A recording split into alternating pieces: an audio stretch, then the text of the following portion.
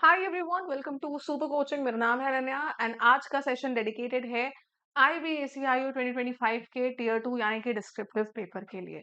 तो descriptive paper में सबसे पहली बात तो इस बार कुछ चेंजेस भी हुए हैं। सबसे पहले तो उन चेंजेस को समझ लेते हैं, फिर चलेंगे आगे और समझेंगे कि कैसे हम डिस्क्रिप्टिव पेपर की तैयारी करेंगे। तो हार्डली 5 मिनट का सेशन होगा, स्टार्टिंग से लेकर एंड तक पूरा देखिएगा। आपको लगा यूजफुल है तो मस्ट लाइक इट। ठीक है, आओ सबसे पहले हम जानते हैं कि ओल्ड पैटर्न हमारा डिस्क्रिप्टिव का क्या हुआ करता था। डिस्क्रिप्टिव के ओल्ड पैटर्न में सिर्फ इंग्लिश आती थी, राइट। तो जो आपका डिस्क्रिप्टिव पेपर था वो 50 मार्क्स का होता था, जिसमें एससे आपके 30 मार्क्स के होते थे, कॉम्प्रिहेंशन आपका और प्रेसी राइटिंग 20 मार्क्स का आता था। ठीक। इस बारी क्या है नए पैटर्न में? नए पैटर्न में चेंजेस बस इतने से हैं कि प्रेसी राइटिंग हटा दिया है। ठीक है, एस से 20 मार्क्स का आएगा, कॉम्प्रिहेंशन 10 मार्क्स का आएगा। उसके अलावा लॉन्ग आंसर टाइप क्वेश्चन आएगा जो कि आपका current affairs, economic, social, political issues से रिलेटेड होगा। ये लॉन्ग आंसर टाइप क्वेश्चन होगा। तो करंट अफेयर्स के लिए अब आपको सिर्फ वन लाइनर्स और छोटी चीजें, छोटी इंफॉर्मेशन के अलावा भी लिखना आना चाहिए उसके बारे में। तो थोड़ी सी अगर आप इंग्लिश की अंडरस्टैंडिंग अच्छी रखेंगे ना, नॉलेज आपके पास हो, इंग्लिश की अंडरस्टैंडिंग अच्छी हो, तो आप स्टेटमेंट एंड ऑल भी फ्रेम कर पाओगे। दैट्स इट, आप ऐसे कर लोगे। ठीक है, तो आइए समझते हैं कि अपनी इंग्लिश को थोड़ा सा हमें कैसे बेहतर बनाना है, किस तरीके से हमें समझना है। एक एक करके चलते हैं। सबसे पहले हम बात करेंगे पूरे के पूरे, पहले पेपर की बात कर लेते हैं कि जो डिस्क्रिप्टिव पेपर होता है इसका एम क्या है।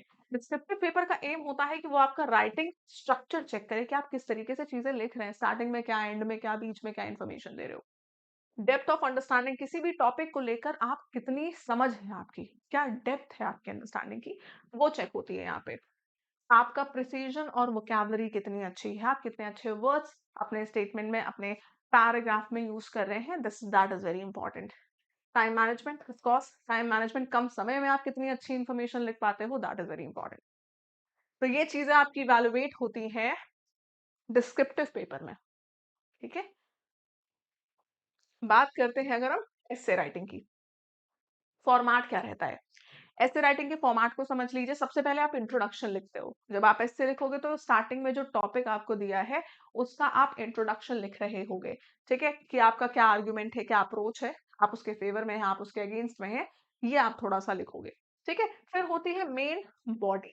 और बॉडी में सेक्शन में क्या आता है, जो आपके मेन पॉइंट्स हैं, आपके सपोर्टिंग पॉइंट्स, आपके एग्जांपल्स, डेटा, मल्टीपल डिमेंशंस, जो भी इस टॉपिक के हैं वो आप उसमें मेंशन करते हैं। फिर लास्ट में आता है कंक्लूजन। आप पूरे के पूरे को बैलेंस्ड वे में रैप अप करते हो, सजेशंस देते हुए, है ना, बहुत ही पॉजिटिव और मतलब बहुत अच्छी टोन में उसको आप एंड करते हो। जो भी आपसे टॉपिक है उसके अकॉर्डिंग ही आपको लिखना होगा। ठीक है, तो ये तीन हिस्सों में आप लिखोगे। इंट्रोडक्शन स्टार्टिंग में, मेन बॉडी और कंक्लूजन। ये होता है आपका एस्से का फॉर्मेट, राइट।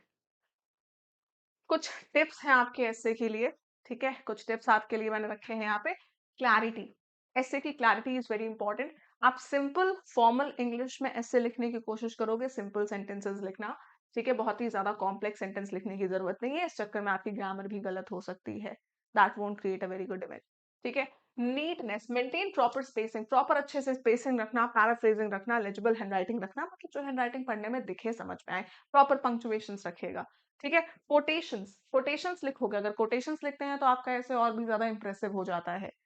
ठीक है, वर्ड लिमिट, जो स्पेसिफाइड वर्ड लिमिट है उसके अंदर ही लिखिएगा, उससे बहुत ज्यादा बढ़ाने की कोई जरूरत नहीं है। ग्रामर, करेक्ट पंक्चुएशन, स्पेलिंग और sentence structure is very important. आपकी ग्रामर, आपका सेंटेंस स्ट्रक्चर, पंक्चुएशन सब बहुत अच्छा होना चाहिए इसमें। Vocabulary, impactful yet simple words, बहुत फैंसी फ्लारी वर्ड्स यूज करने की जरूरत नहीं है, जैसे कि शशि थरूर बनने की जरूरत नहीं है। बहुत अच्छे सिंपल वर्ड्स आप लिख सकते हो। ठीक है, राइट। फिर फाइनल रिव्यू, जब आप पूरा लिख लेना तो क्विकली एक बार आप 5-10 मिनट में प्रूफ रीडिंग जरूर कर लेना कि मैंने गड़बड़ी में, जल्दी में कुछ गलत तो नहीं लिख दिया है। This part looks insignificant but this is the most significant part. Last की proof reading is very important. ठीक है, और ये सिर्फ ऐसे नहीं, आप ये टिप समझ लो, ये हर में है। जो आपका लॉन्ग आंसर है उसके लिए भी ये टिप्स आर वेरी इंपॉर्टेंट। ठीक है, चाहे लॉन्ग आंसर हो चाहे ऐसे हो, ये टिप्स आपकी बहुत ज्यादा काम आएंगी। ठीक है, लॉन्ग आंसर वाला जो है वो तो आपके जीएसजीके के टीचर्स आपको इन्फॉर्मेशन और नॉलेज रिलेटेड चीज बता देंगे। लिखने का जो तरीका है वो आपकी यही हेल्प करेगा। ठीक है। बाकी कॉम्प्रिहेंशन के लिए कुछ टिप्स। सबसे अच्छी आपको अपनी करनी है रीडिंग स्किल। आज से अभी से रीडिंग स्किल पे वर्क कर लीजिए, क्योंकि रीडिंग स्किल जितनी अच्छी है, पैसेज एक बार में पढ़ के आपको समझ में आ जाएगा। ठीक है, अपनी एडिटोरियल्स पढ़िए, रिपोर्ट्स पढ़िए, आर्टिकल्स पढ़िए, इससे आपकी रीडिंग स्किल सुधरेगी।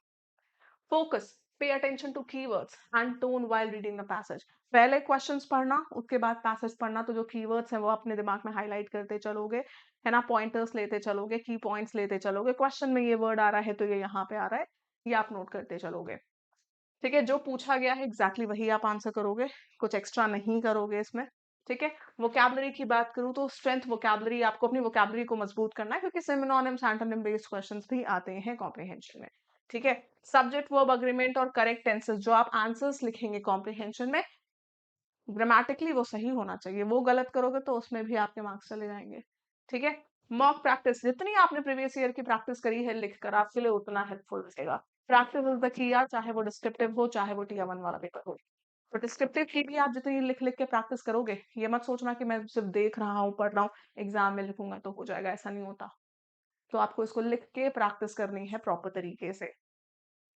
ऑलराइट, ये कुछ जनरल टिप्स थे। ओवरऑल यही आपसे कहना है कि अपनी रीडिंग स्किल को बहुत मजबूत कर लीजिए, अपनी ग्रामर, अपना सेंटेंस स्ट्रक्चर आपका बहुत अच्छा होना चाहिए।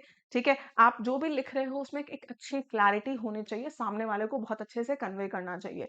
आप अपना जो भी, जैसे कि आपके कुछ फ्रेंड्स हैं तैयारी कर रहे हैं, it's a very good thing. ठीक है, अब जैसे दो बेस्ट फ्रेंड्स हो, दो दोस्त हो, तैयारी कर रहे हो, मैंने ऐसे लिखा है, मैं अपने दोस्त को पढ़ाऊंगी, उसका ऐसे मैं पढ़ूंगी, अब हम दोनों जज करेंगे, नंबर्स देंगे एक दूसरे को। It's a very good thing. तो ये चीज करिए, आपस में मिलजुल कर एक्सचेंज करो, इन्फॉर्मेशन एक्सचेंज करके पढ़िए। It's a very good thing. आप जितना प्रैक्टिस करोगे वो आपके लिए उतना बेटर है। बाकी आईबीएसई आयोग के अगर आपको बैच चाहिए तो आपको डेफिनेटली मिल जाएगा, डिस्क्रिप्शन बॉक्स में लिंक भी है। मैं आपको एक स्पेशल कूपन कोड बताती हूँ, इस कूपन कोड से आपको काफी अच्छा डिस्काउंट मिल जाएगा। ठीक है, डिस्क्रिप्शन बॉक्स में लिंक है। ये वीडियो आपको थोड़ी सी भी इन्फॉर्मेटिव लगी है तो इसको शेयर करना अपने फ्रेंड्स के साथ, लाइक कर दीजिएगा, प्लस ये कोड यूज करके आपको काफी डिस्काउंटेड प्राइस पे आईबीएसई का बैच मिल सकता है टेक्स्ट बुक पे। ठीक है, चलिए, थैंक यू सो मच। कोई क्वेरी, कुछ प्रॉब्लम हो आपके, आप कमेंट सेक्शन में मुझे बता सकते हो। Thank you so much and take care.